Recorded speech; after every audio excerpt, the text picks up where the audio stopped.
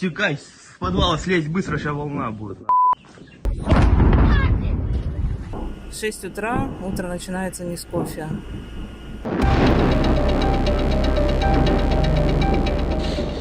Слово нарешті. От.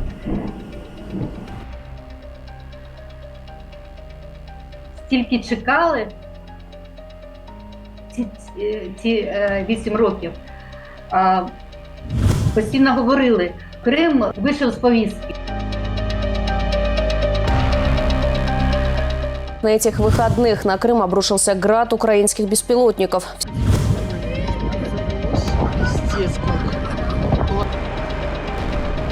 Я рад, что взялись за Крым и начали атаковать. Это признаки того, что власти будут освобождать Крым. Слава Украине! Держимся, сохраняем спокойствие, как пишут на всех сайтах и советует губернатор города.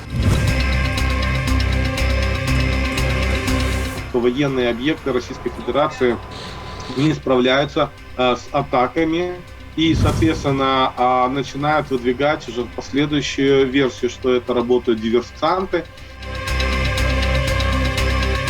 Заявление Минобороны – это перевод стрелок в сторону ФСБ, которая не справилась с предотвращением атак. Есть интернет, есть сарафанное радио, люди прекрасно понимают, что происходит. Ё-моё! Мамулечка, давай, надо сваливать отсюда.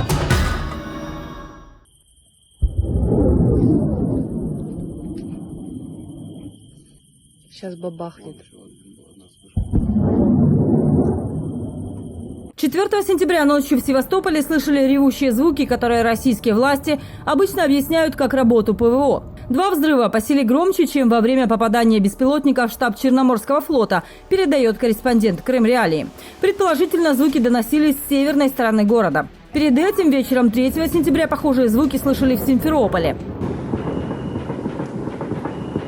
Походу ПВОшка, что ли? В натуре. После начала взрыва в Крыму полуостров буквально бурлит эмоциями. Мы пообщались с одной из жительниц Симферополя на условиях анонимности. Из соображений безопасности собеседницы, не показываем ее лица, изменили голос. Ее круг общения про украинские крымчане. Все в надежде, что Украина не будет бомбить мирное население. Вот, а Россия может делать провокации любые, любого свойства. Поэтому, в общем, уныние у людей. Уныние. Кто может, уезжает на материк. Что это даст только? У кого есть ресурсы, возможность, деньги, да. Когда тут кандалами родители престарелые, которых никуда не сдвинешь. Далеко не все могли уехать и в 2014 году. Говорит, что ее знакомые крымчане, которые настроены пророссийские, и те, кто политикой не интересуется, испугались. Хотя российское телевидение о взрывах говорит мало. У меня единственный человек, с которым приходится общаться. Он абсолютно зомбированный, он сидит 24/7, смотрит телевизор, и то я вижу, как он испугался, конечно, когда начались взрывы. Очень многие пришли в себя. Были у меня такие, которые, когда начались взрывы, у нас же не говорят по телевизору, что это такое на самом деле. Но есть интернет, есть сарафанное радио, люди прекрасно понимают, что происходит. Крымская активистка, представительница Украинского культурного центра, журналистка Алена Попова покинула Крым после начала полномасштабной войны. Говорит, больше физически не могла оставаться рядом с людьми, приветствовавшими войну. Первые взрывы на военных объектах в Крыму восприняла очень эмоционально. Це було таке слово нарешті. От.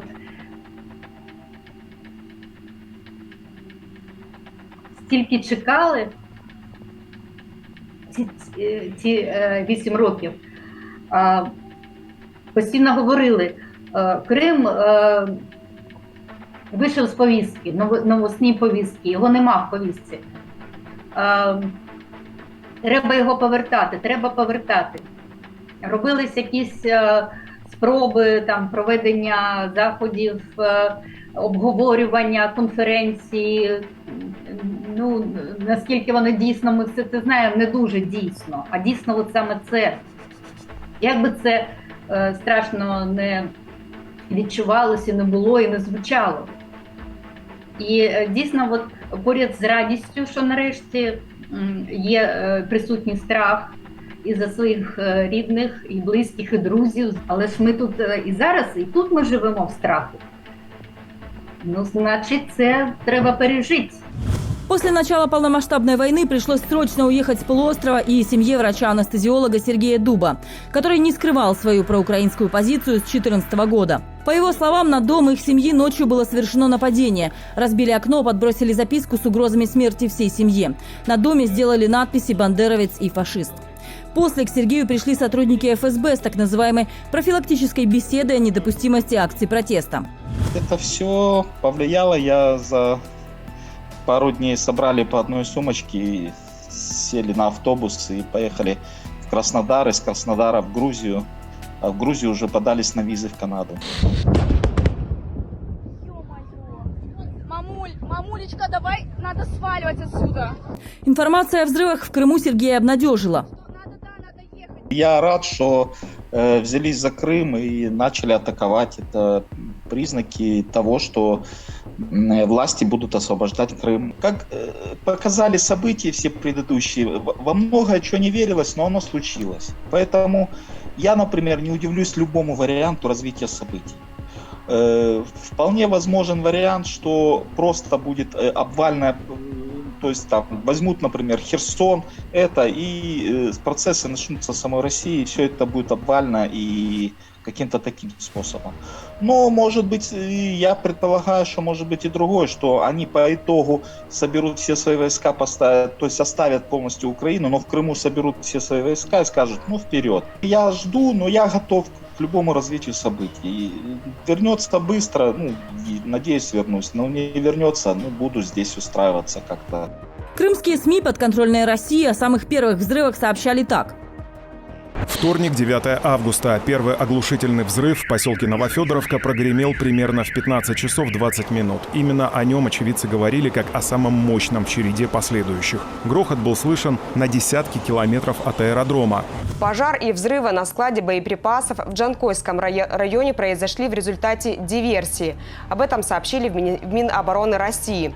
В результате диверсионных действий пострадали 2 гражданина. Некоторые подконтрольные России крымские СМИ какое-то время даже обсуждали в эфирах с гостями версии произошедшего и причины взрывов. В студии не верили в неудачное курение. По всей видимости, это или пособники, или подготовленные специалисты, которые попытались осуществить и частично осуществили данный террористический акт. Минобороны признала взрывы диверсии со всеми вытекающими последствиями. Получается, военные официально подтвердили, что на территории Крыма действуют диверсионные группы из профессионально подготовленных людей. Как по мне, это уже большой шаг вперед, потому что версия с неудачливым курильщиком из Новофедоровки, мягко говоря, неправдоподобна. Теперь все наперебой обсуждают, как же противодействовать проникшим на полуостров диверсантам. Можно даже сказать, что такое заявление Минобороны – это перевод стрелок в сторону ФСБ, которая не справилась с предотвращением атак. Уже 9 августа после первых взрывов в Новофедоровке на Керченском мосту образовались пробки из машин, пытающихся выехать с полуострова. Запаниковали и крымчане, и те, кто приехал отдыхать в аннексированный Крым. На выезд уже из Крыма скопилась огромная колоссальная пробка. Очень медленное движение, стоим уже полчаса. Еще пока в Керчи даже, еще к мосту близко не подъехали, а пробка уже стоит, все. За месяц взрывов на полуострове убавилось количество машин на улицах, отмечают крымчане. А билетов, чтобы выехать, практически уже нет. Тут же не так много отдыхающих, но приехали люди, и все почти уехали. То есть была пробка, наверное, и сейчас. То есть люди уезжают. Вот. Но некоторые особо одаренные остаются, на что они рассчитывают, я вообще не могу понять, с детьми, причем приехавшие из какого-нибудь Мурманска. Некоторые россияне, переехавшие в Крым после оккупации, покидают полуостров. Другие раздумывают, уезжать ли им.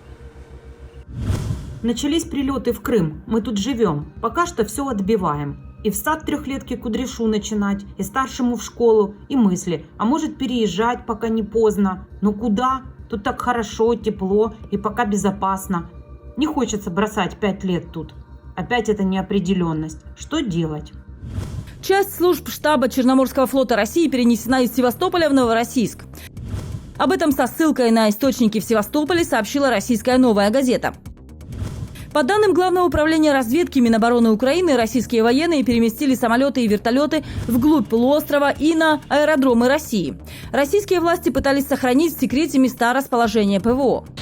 На этих выходных на Крым обрушился град украинских беспилотников. В Севастополе накануне система ПВО отработала очередные объекты на подходах к аэродрому Бельбек. Об этом сообщил губернатор города-героя Михаил Развожаев. Он обратился к жителям полуострова с просьбой поменьше снимать и публиковать видео с работы наших систем противовоздушной обороны.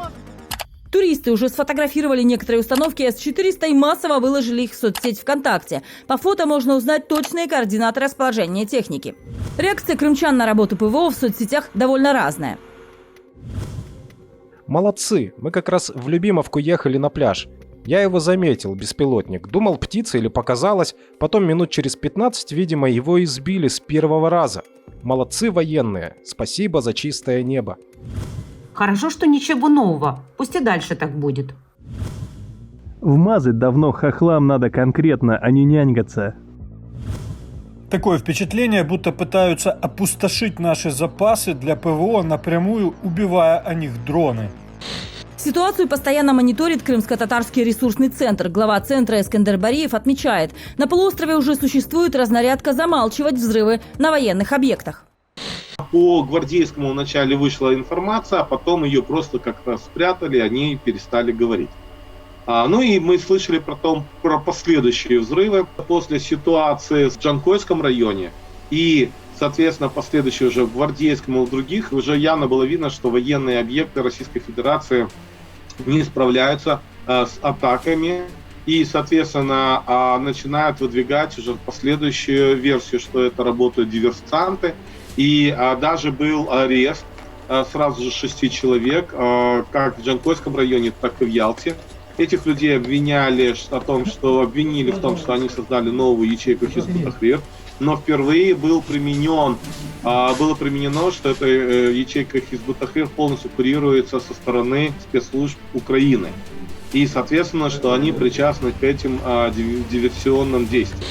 Руководство Украины еще в 2017 году готовили нападение сначала, чтобы разбомбить Донбасс, а потом уже напасть в Россию. Российские власти в Крыму усилили пропаганду, в том числе и в школах. Директорам школ есть четкое указание, что в каждом кабинете, в каждой школе должны висеть портреты Путина.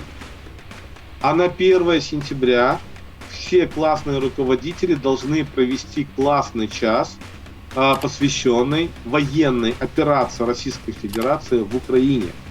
То есть таким образом практически задействуется или воздействие происходит на всех, на детей всех возрастов. Понятно, что в разной форме, но мы видим, как ведется обработка детей, и в том числе через детей на родителей.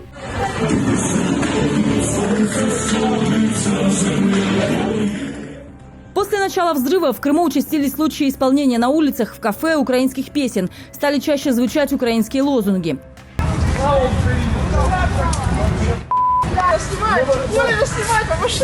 Мы же просто патриоты, что вы нас снимаете? В Киев езжай. Чучело. Участились и случаи задержания за это. Сейчас за вами приедут ребятки. Также в Крыму регулярно появляются проукраинские листовки, а прямой эфир пророссийского радио «Крым», например, прервала трансляция гимна Украины.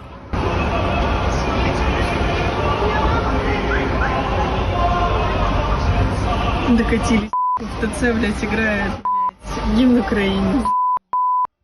Член Меджлиса крымско-татарского народа, бывший политузник Ильми Умеров, отмечает, что после серии взрывов в Крыму часть крымчан воспряла духом. Люди осмелели. Такая чуйка или такое чувство у меня есть. Мы точно не знаем, кто осуществлял эти выстрелы, или сигарету не туда бросал, или еще что-то. Но то, что что-то начинается, это явно видно. И Путину это не с руки, потому что он обещал кнопку, а кнопку нажать не так просто. При всем своем желании он в одиночку это сделать не может. Хотя продолжается конвейер репрессий и судов над крымскими татарами, но многие в народе стали смелее, считает Ильми Умеров.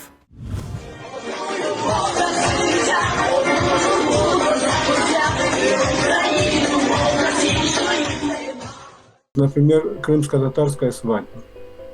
Последние много лет модно было включать, кроме крымско-татарских мелодий, кавказские. Сейчас эта мода поменялась, и модно стало вот эти современные украинские, может быть, переделанные под войну. Стало модно, их превратили в танцевальные мелодии. Рассказывают, что был период, когда немножко закрылись. Например, свадебный кортеж. Свободно рядом с крымско-татарским флагом сейчас можно увидеть украинский флаг. Это тоже многого стоит. Российские власти в Крыму объявили так называемый «желтый уровень террористической опасности». Проверяют бомбоубежища, но при этом пытаются создать картину контролируемой ситуации на полуострове. Напомню, что эта мера исключительно профилактическая. Власти и все правоохранительные органы контролируют обстановку. Данный режим вводится для продолжения работы спецслужб в усиленном режиме, пояснил Михаил Развожаев. Также градоначальник напомнил, что местным жителям нужно быть бдительными. Для особо бдительных российские власти Севастополя запустили чат-бот для доносов на тех, кто поддерживает украинскую власть. В Крымско-татарском ресурсном центре отмечают, что по состоянию на 31 августа центр насчитал 45 случаев так называемых хлопков. Здесь они уже пытались показать, что все-таки ПВО Российской Федерации достаточно эффективно, достаточно сильно, и нужно было таким образом успокоить людей, проживающих в Крыму. Они уже стали проходить и в Саках, и в Евпатории, в Балаклаве, Форос, там Севастополь, далее в Семиизе, Алупка. То есть мы видим достаточно широкую такую географию. Бахчисарай. Мы начинаем понимать о том, что возможно это целенаправленно делают российские власти для того, чтобы продемонстрировать, что у них хорошо работает ПВО. Проукраинские крымчане стараются делать запасы и предпринимают меры, чтобы защитить себя. Закупали с начала войны всякие спички, гречки, как обычно, консервы. У меня, например, одни знакомые подвал готовят, оборудуют. Спасет ли этот подвал? У нас же очень мало бомбоубежищ, на самом деле. У нас их раз-два и обчелся, и даже если что-то начнется, куда-то бежать далеко никто не будет. У моей одной знакомой под домом разгребают подвалы. Люди сбрасываются деньгами и возят всякий хлам из подвала.